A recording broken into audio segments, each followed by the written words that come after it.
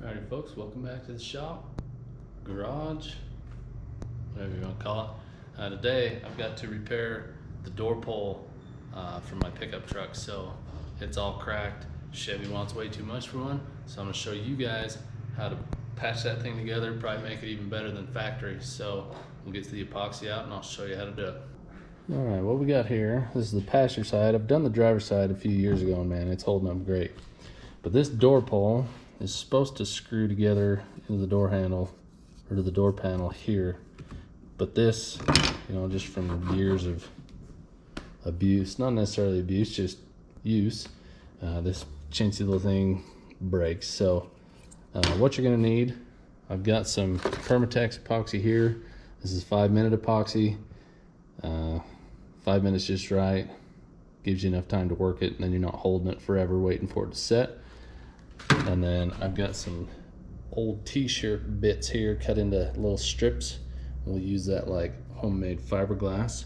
And what I've done, you can tell if this will focus, I have run my wire wheel. I've got this wire wheel here, and I have roughed up the edges, wiped it all down with brake clean. So what we're going to do first, we're going to glue this back together along this joint and let it set up, and then we'll come back and apply all our epoxy here and lay in all these t-shirt bits, get our fiberglass going. And that stuff's tough as nails. My driver's side, it's holding up nice, so I'll show you guys how to do that. Here we go. So Permatex, the little thing, has a little mixing tray here. That's good for one mix. I mean, I guess you could, if you didn't mix it too deep, once it's set up, you could mix on top of it. So we'll try that. We'll get a little bit going here.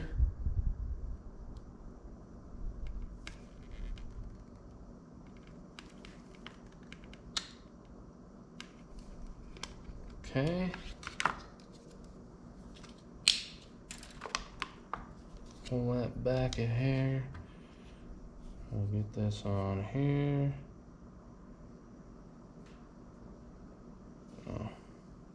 Goes like this. Okay, so now what I've got little bits of, these are just trimmings from zip ties. We'll mix this up. And this stuff, the one part is blue, and it says when it's fully mixed, it turns clear. So what I'm gonna do here, we're gonna set a timer for 3 minutes, set a timer for 3 minutes and some odd seconds.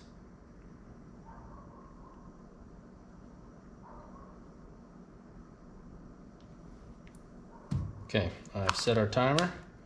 This stuff is going. I've already test fit this, and it fits pretty good. It's missing chunks, but we will patch this thing together with some t-shirts and we'll be good as new. Alright, so I've got this coated real light. I will hold this together until my timer goes. Make sure, yep, we got good contact. So I will hold this here and I will catch you guys back in a minute. Alright, we have waited our time. That stuff's cured. I'm mixing up the next batch, and I'll show you how to fiberglass with epoxy.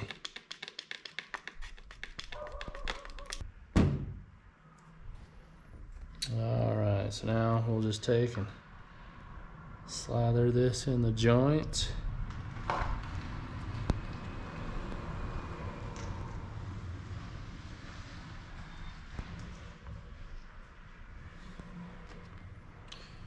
And then we'll just get our little pieces. And homemade fiberglass is what we got.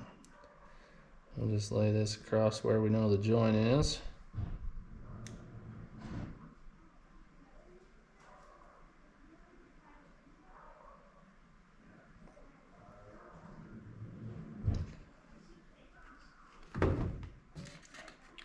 And that's pretty much how you do it.